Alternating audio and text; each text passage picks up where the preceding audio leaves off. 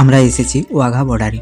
তো পাঞ্জাবের অমৃতসর থেকে 30 কিলোমিটার দূরে আতারি সীমান্তে। এখানে লাইন দিয়ে সিকিউরিটি চেকিং করতে হবে, তারপর ভেতরে যেতে পারবো আমরা। তো এখানে ভারতীয়দের আলাদা লাইন আর ফরেনারদের আলাদা লাইন দিতে হবে। ভারত আর পাকিস্তান হ্যান্ডশেকের মাধ্যমে সমঝোতা করছে এখানে। এখন আমরা দেখতে চলেছি পাঞ্জাবের ওয়াঘা বর্ডার।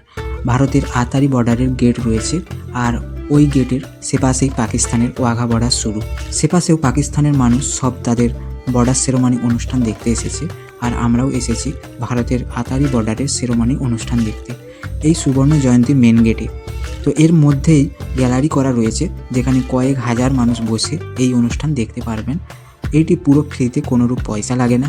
এই অনুষ্ঠান 1.5 ঘন্টা ধরে চলে, যেটা প্রতিদিন ভারত ও পাকিস্তানের নিরাপত্তা বাহিনী 1959 সাল থেকে যৌথভাবে অনুসরণ করে এসেছে। বিএসএফের বাহিনীরা খুবই আনন্দ ও উৎসাহের সহিত প্রতিদিন এই অনুষ্ঠান করে এসেছে।